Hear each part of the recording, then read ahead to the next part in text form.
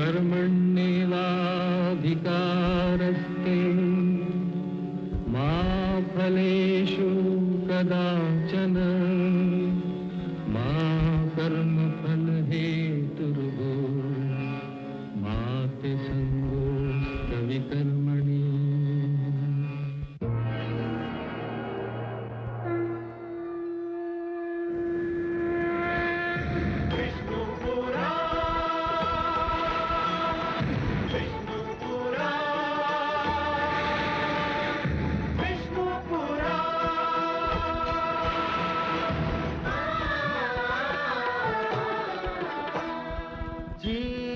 ज्ञान ब्रह्म ज्ञान अथ श्री विष्णु पुराण ओम की कथा महान जय श्री विष्णु पुराण विष्णु पुराण विष्णु पुराण विष्णु पुराण प्रगटे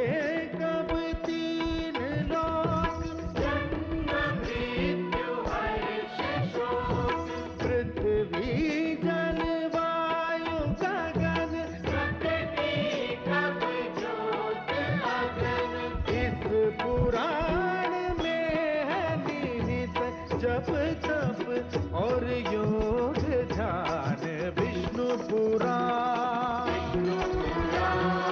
विष्णु पुराण विष्णु पुराण। मैं मां हूं, धरती मां। मेरे मन में कुछ प्रश्न उठ रहे हैं। यदि महान शक्तियां किसी ऐसे व्यक्ति को मिल जाएं, जिसका लक्ष्य उनका दुरुपयोग करना हो, तो क्या इस सृष्टि का अस्तित्व संकट में नहीं पड़ जाएगा? यदि कोई जन कल्याण के नाम पर कोई वरदान प्राप्त करे, परंतु उसका उपयोग किसी एक वर्ग के लाभ के लिए करे, तो क्या यह कार्य अनुचित नहीं होगा?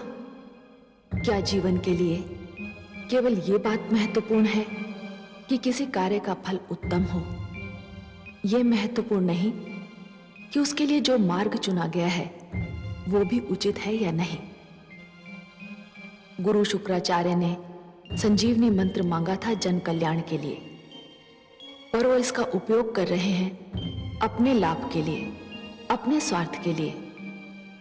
उनका निर्णय कैसी नाटकीय घटनाओं को जन्म देगा, इसकी प्रतीक्षा में मैं भी संस्था में दृष्टि जमाए खड़ी हूं। देवराज! चित्ररथ, मलय केतु, बोलते क्यों नहीं? देवराज, दानवराज कालकेतु ने देवलोक पर आक्रमण करने की घोषणा कर दी है। उसकी सेनाएं आंधी की गति से बढ़ी चली आ रही हैं। देवलोक में युद्ध की घोषणा कर दो। सेनाओं को तुरंत बाहर निकलने और दानव सेना का सामना करने का आदेश दो। जाओ। जो आज्ञा देवराज।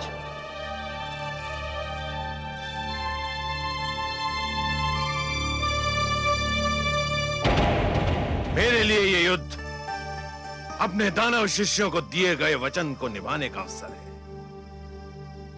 मैंने अपने शिष्यों को वचन दिया था कि मैं दानव संस्कृति की रक्षा करूंगा और उसे विजयी बनाऊंगा। क्या इसके लिए युद्ध प्रथम और अंतिम मार्ग है? हाँ देवी, मैं तो उस मार्ग पर अपना पग धर भी चुका। तो फिर आप छाया की भांति मुझे हर पल अपने साथ पाएंगे। मेरे लिए मेरा पति सर्वश्रेष्ठ है। मैं आपकी धर्मपत्नी हूँ स्वामी। जीवन में कोई और नाता, कोई और संबंध यदि महत्व भी रखता है तो इस नाते के बाद रखता है। आप जाइए, जब तक आप लौट कर नहीं आएंगे मैं आपकी विजय की प्रार्थना करती रहूंगी।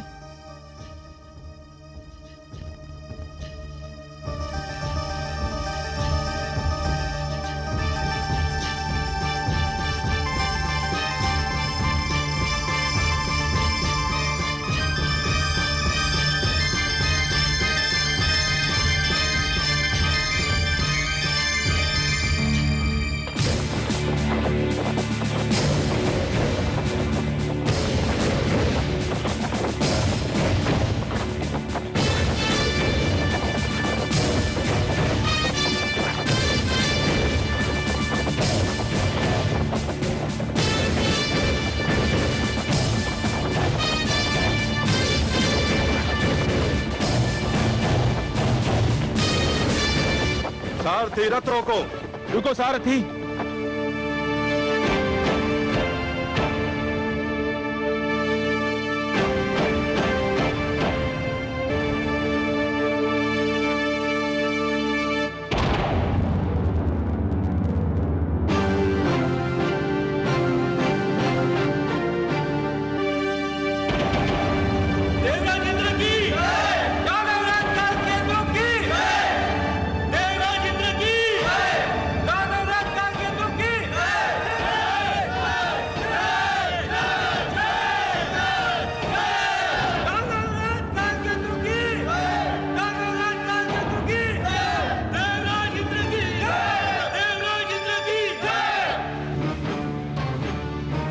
देवराज इंद्र, तुम्हें बहुत घमंड है अपनी शक्ति पर। आज का दिन तुम्हारे घमंड का अंतिम दिन होगा। आज हम अपनी पराजय और अपने अपमान का प्रतिशोध लेने आए हैं। चलो युद्ध आरंभ करो। आक्रमण तुमने किया है दानवराज कालकेतु, तुमने, हमने नहीं। हम तो अपनी सुरक्षा के लिए लड़ेंगे। युद्ध तुम आरंभ करो, तुम। कायर, ये क्यों नहीं कहते कि तुम में युद्ध और आक्रमण करने का साहस नहीं रह गया है? हम तुम्हें युद्ध में पहल करने का निमंत्रण दे रहे हैं और तुम पीछे हट रहे हो। चलो आक्रमण करो। हम कायर नहीं हैं और ये सत्य तुम भली भांति जानते हो। हम पहले भी तुम्हें कई बार पराजित कर चुके हैं और आज भी यही होगा। हमें तुम्हारा निमंत्रण स्वीकार है। सावधान कालकेतु।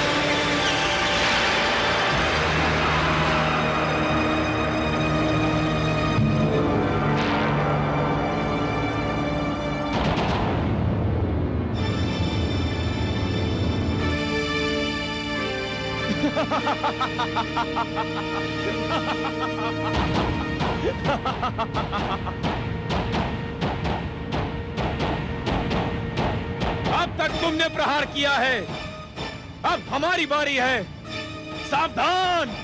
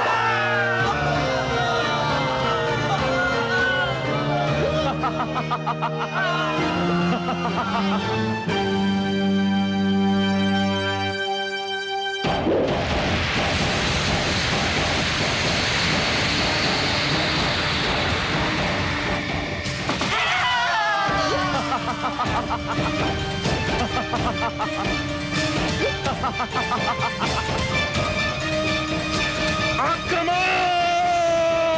आक्रमण करो!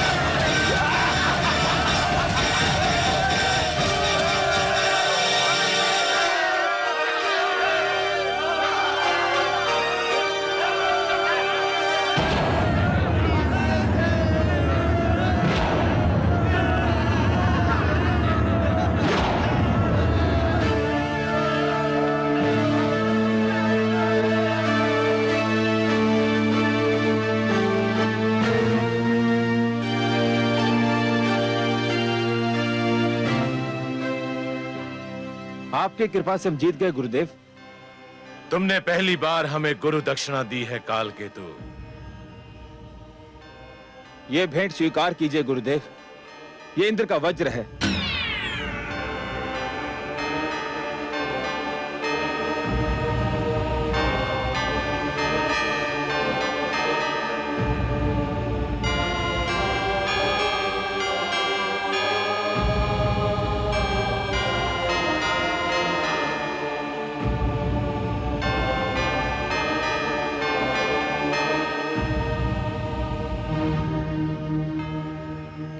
विजयश्री की बधाई हो स्वामी। हमारी विजय आपके पिता की पराजय भी तो है देवी। आपको अपने पिता की पराजय का दुख तो नहीं? मैं जिस संस्कृति में पली बड़ी हूँ स्वामी, उसकी रीति ये है कि जब कन्या किसी को अपना पति स्वीकार करती है तो उसके साथ साथ उसके दुख, सुख, हर शोक को भी अपने गले लगा लेती है। और जब किसी के गले में वरमाला डालती है तो उसी माला के साथ अपनी इच्छाओं, अभिलाषाओं को भी समर्पित कर देती है। फिर भी पिता की पराजय का दुख तो स्वाभाविक है देवी। मैं अब किसी पिता की पुत्री नहीं, अपने स्वामी की अर्धांगिनी हूँ। हमारी संस्कृति में पाणी ग्रहण केवल शारीरिक मिलन नहीं होता, आत्माओं का मिलन भी होता है। युद्ध में आपकी विजय मेरे लिए गर्व की बात है। मेरी ओर से देवताओं की सेना पर विजय की हार्दिक बधाई स्वीकार करें। विजय हमें केवल देव सेना पर नहीं मिली है देवी, हमने मृत्यु पर भी विजय पा ली है। अब दानव लोक के लिए मृत्यु का अंत हो चुका है। हे सर्वेश्वर, क्या वास्तव में मृत्यु का सदा के लिए अंत हो जाएगा? नहीं महादेवी, जीवन और मृत्यु तो एक दूसरे के लिए अनिवार्य है।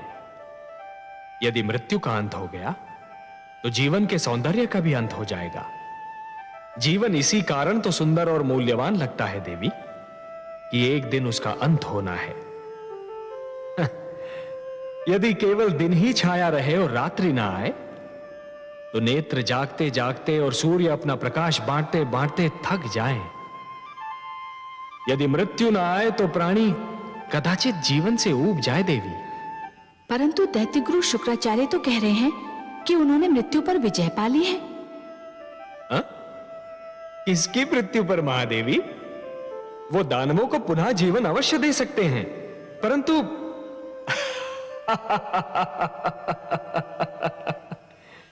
महादेवी आप तो बस देखती जाइए कि जिस अभिमान ने देवेंद्र के सिर में अपना डेरा जमा रखा था, अब वही अभिमान दैत्य गुरु शुक्राचार्य के सिर में अपना घर बना रहा है।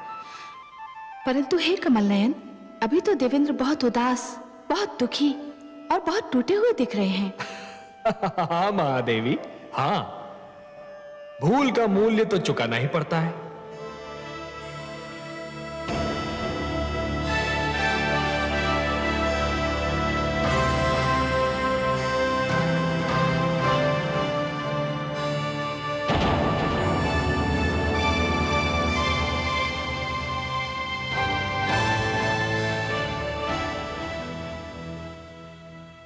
जो हुआ वो मेरी और केवल मेरी भूल का परिणाम था।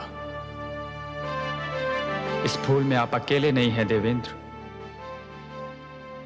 हम सब ने भी तो अपने आप को जी भर के चला था। जो हो चुका है उसका शोक समस्या का समाधान नहीं है देवेंद्र। यह स्थिति बहुत गंभीर और घातक है कि दानवों का जीवन संजीवनी की छाया में सुरक्षित हो चुका है और देव जीवन आज सुरक्षा की राहों में भटक रहा है।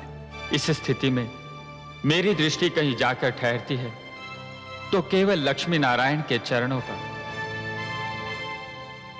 उनके सिवा कोई नहीं जो हमें संकट से उबार सके। देवेंद्र, हमें श्री विष्णु के पास चलना चाहिए।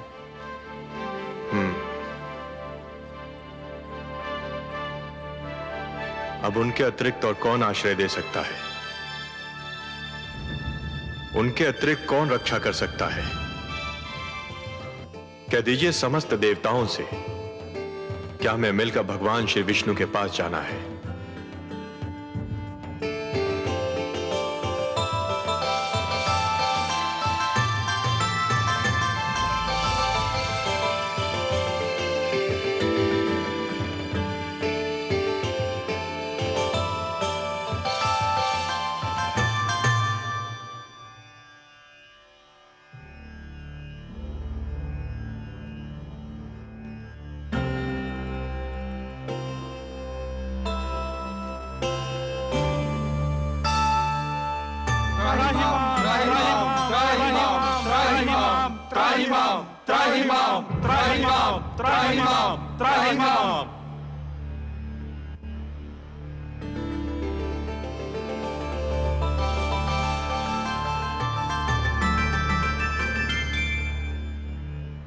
हे देवेश्वर, हम पराजित हुए।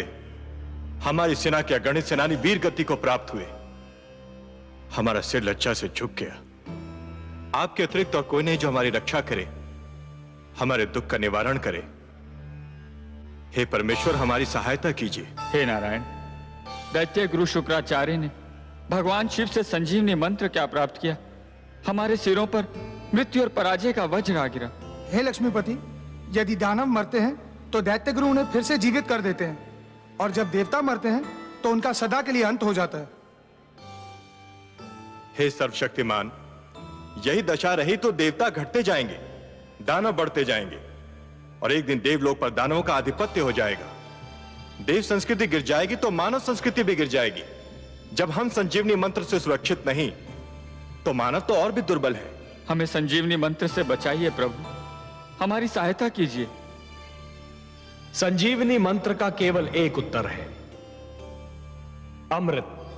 अमृत? अमृत? अमृत वो है जो पीने वाले को अमर बना देता है।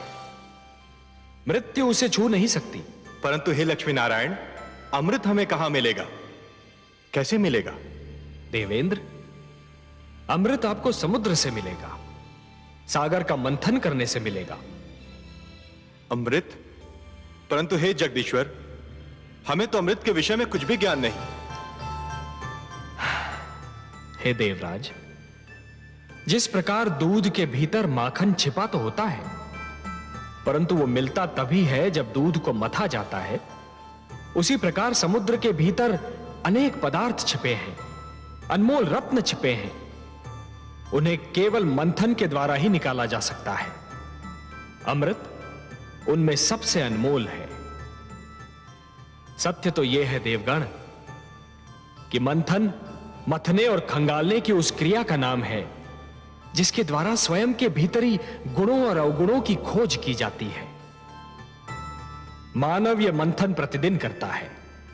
वो प्रतिदिन स्वयं को मथता है, खंगालता है और स्वयं के भीतरी गुणों और अवगुणों को बाहर निकालता है।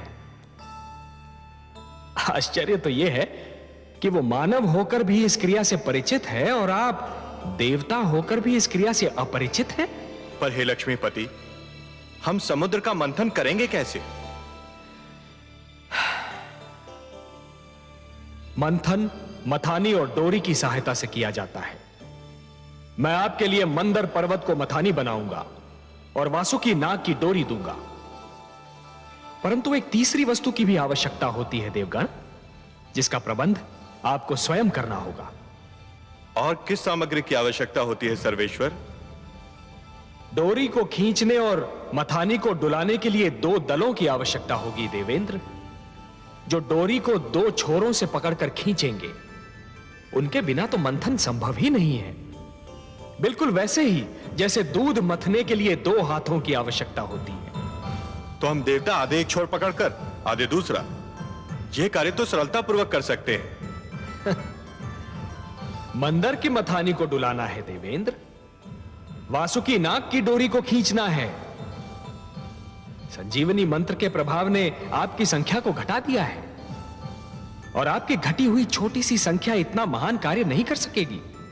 हे सर्वेश्वर, हम फिर दूसरा दल किसको बनाएं? दानवों को। दानवों को? हां, दानवों को। यदि दानव आपका साथ दें तो समुद्र मंथन संभव है, और समुद्र मंथन होगा तभी संजीवनी का उत्तर भी प्राप्त होगा। हे परमेश्वर, यह तो एक असंभव अभियान होगा। सर्वप्रथम तो दानव हमारी बात सुनेंगे ही नहीं, और यदि सुन भी ले तो मानेंगे नहीं। हे कृपा निधान, दानवों को तो अमृत की आवश्यकता भी नहीं, जिसके लिए वो हमसे सहयोग करें। उनके गुरु के पास तो संजीवनी मंत्र की शक्ति है, उन्हें तो यूं भी मृत्यु से मुक्ति मिल चुकी है। हे दीनदयाल, यदि दानव मान भी गए तो दैत्य गुरु शुक्राचार्य उन्हें कभी हमसे सहयोग की अनुमति नहीं देंगे। निस्संदेह नहीं देंगे, और यही तो आप सबके विवेक और बुद्धि की परीक्षा होगी देवगण। आपको दैत्य गुरु शुक्राचार्य को भी अपने तर्क से संतुष्ट करना होगा। पर हे देवेश्वर, उनके आगे हम क्या तर्क रखेंगे? देवेंद्र, आप दैत्य गुरु शुक्राचार्य को यह समझाएंगे कि संजीवनी मंत्र मृत्यु का मात्र क्षणिक उपचार है। संजीवनी जीवन की एक ऐसी कुंजी है जो खो भी सकती है, जो टूट भी सकती है, परंतु अमृत मृत्यु का स्थायी उपचार है। अमृत पान करने वाला मृत्यु पर सदा के लिए विजय प्राप्त कर लेता है।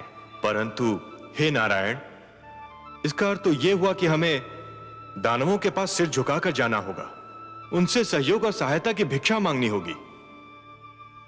क्या यह समस्त देवलोक का अपमान नहीं होगा? क्या अपमान में अब भी कोई कमी रह गई है देवराज? शब्दों के जाल में मत उलझिए देवेंद्र, शब्दों के जाल में मत उलझिए।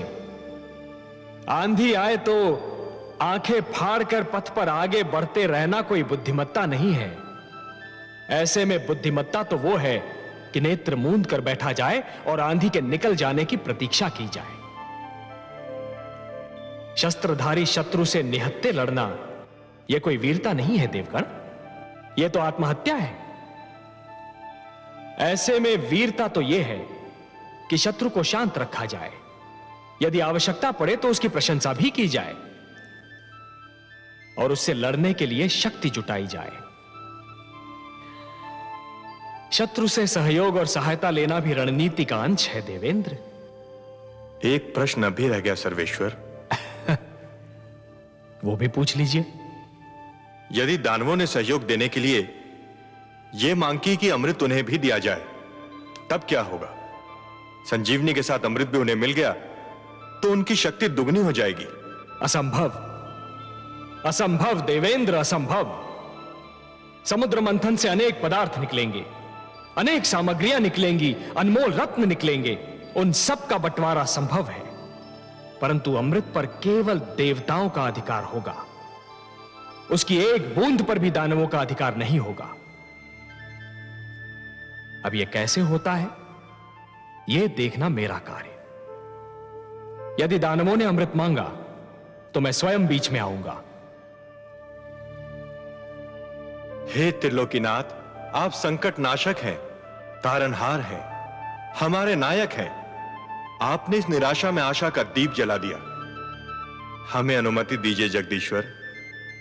आपका और माता लक्ष्मी का आशीर्वाद हमारे साथ रहा तो हम अवश्य अपने अभियान में सफल होंगे। हम शीघ्र ही लौटकर दानवों का सहयोग मिलने का समाचार आपको सुनाएंगे। शुभस्य शीघ्रम।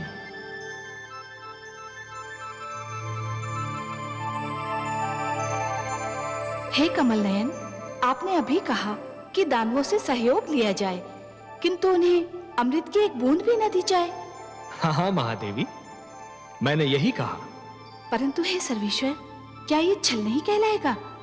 कार्य की परिभाषा उसका उद्देश्य निर्धारित करता है महादेवी। यदि उद्देश्य उत्तम हो तो उसे छल का नाम नहीं दिया जाता, उसे नीति का नाम दिया जाता है। देवताओं को भी नीति से कार्य लेना होगा। छल तो गुरु शुक्राचार्य कर रहे हैं महादेवी। उन्होंने भगवान शिव से कहा कि संजीवनी मंत्र उन्हें मानव कल्याण के लिए चाहिए, पर क्या वो मानव कल्याण कर रहे हैं? वो तो संजीवनी मंत्र का उपयोग केवल दानव कल्याण के लिए कर रहे हैं। और यह छल है देवी, यही छल है। और इसके उत्तर में कोई भी कार्य, भले ही उस पर छल का संदेह ही क्यों ना हो, उचित ही नहीं उत्तम भी है।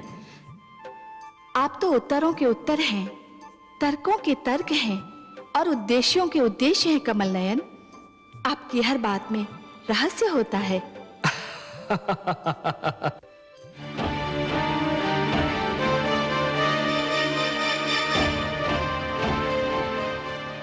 दानवराज की जय हो।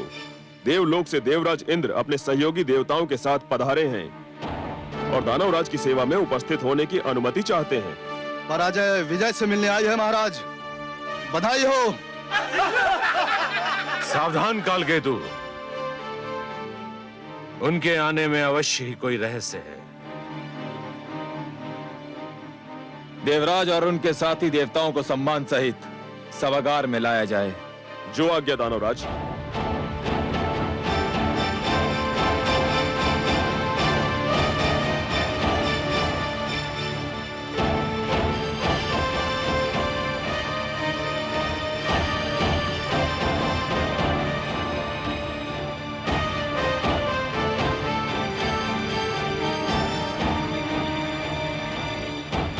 प्रणाम दैत्यगुरु शुक्राचार्य।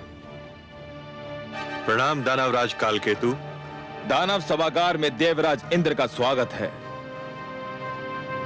कदाचित यह पहला अवसर है जब देवराज और अन्य देवताओं ने अपने चरणों की धूल से दानव सभागार को पावन किया है। आप सत्य कह रहे हैं महाराज, नहीं तो हम इस योग्य कहां थे, कितने महान व्यक्तियों के दर्शन पाते। ये ना भूलिए महाराज कालकेतु कि हमें वैर के अतिरिक्त भी एक नाता है। उस नाते को भी स्पष्ट कर दीजिए देवराज। हम और आप अलग अलग माताओं के किंतु एक ही पिता की संतानें हैं। हम एक दूसरे के भ्राता भी हैं दानवराज। मेरे दानव शिष्यों को सदैव इसका स्मरण रहा है देवराज, परंतु लगता है देवताओं की स्मरण शक्ति कुछ दुर्बल है। उन्हें इस नाते का स्मरण बस कभी कभी रहता है, आवश्यकता अनुसार। ऐसा क्यों कह रहे हैं दैत्य गुरु? ऐसा इसलिए कह रहा हूं देवराज, यदि देवताओं को यह नाता स्मरण रहता तो आपके प्रिय भगवान विष्णु को हयग्रीव का वध करते समय थोड़ा संकोच अवश्य होता, परंतु उन्होंने मेरे शिष्य हयग्रीव को बड़ी निर्ममता से मार डाला। बीती बातों का स्मरण सर्प निकल जाने के उपरांत लकीर पीटने के समान होता है दैत्य गुरु। हम बीती बातें भुला देने के उद्देश्य से ही आप सबकी सेवा में उपस्थित हुए हैं। परंतु हम तो नहीं बोल सकते कि हयग्रीव अब जीवित नहीं है। हयग्रीव जीवित रहता यदि उस समय आपके पास संजीवनी मंत्र होता, या हम सबके पास वो होता जिसे प्राप्त करने का प्रस्ताव लेकर हम यहां आए हैं। क्या प्राप्त करने का प्रस्ताव लेकर आए हैं देवराज? मैं अमृत प्राप्त करने का प्रस्ताव लेकर आया हूं दानवराज। अमृत? हाँ, अमृत अमृत अमृत अमृत। हाँ अमृत, परंतु उसे प्राप्त करने के लिए हम में और आप में सहयोग और समझौता आवश्यक है।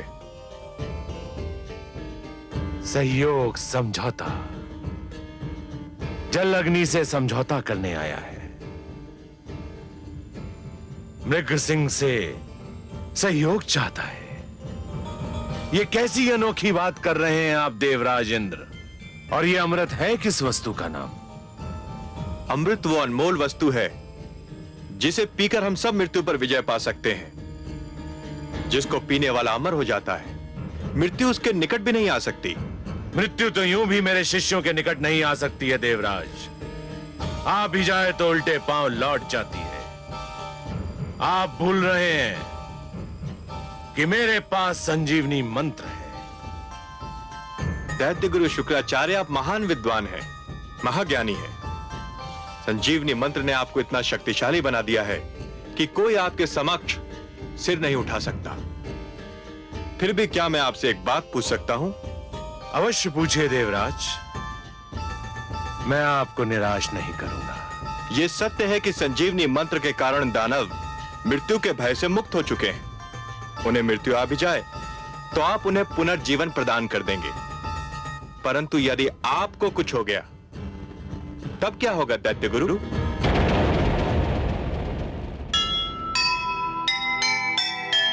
जीवन सागर का सदा मंथन है अनिवार्य, सफल वही संसार में करे कठिन जो कार्य। अमृत पाने के लिए तज कर झूठा मान, जो विपक्ष को साथ ले वो नीतिज्ञ महान, वो नीतिज्ञ महान। जो सुनेगा ये पुराण पाएगा सुख और ज्ञान, पाएगा सुख और ज्ञान। कर्म को ही धर्म जान, प्रेम की तू छेड़तान, प्रेम की तू छेड़तान। बीते युग बता रहे हैं, बीते युग बता रहे हैं, सत्य पथ पे चल सुधार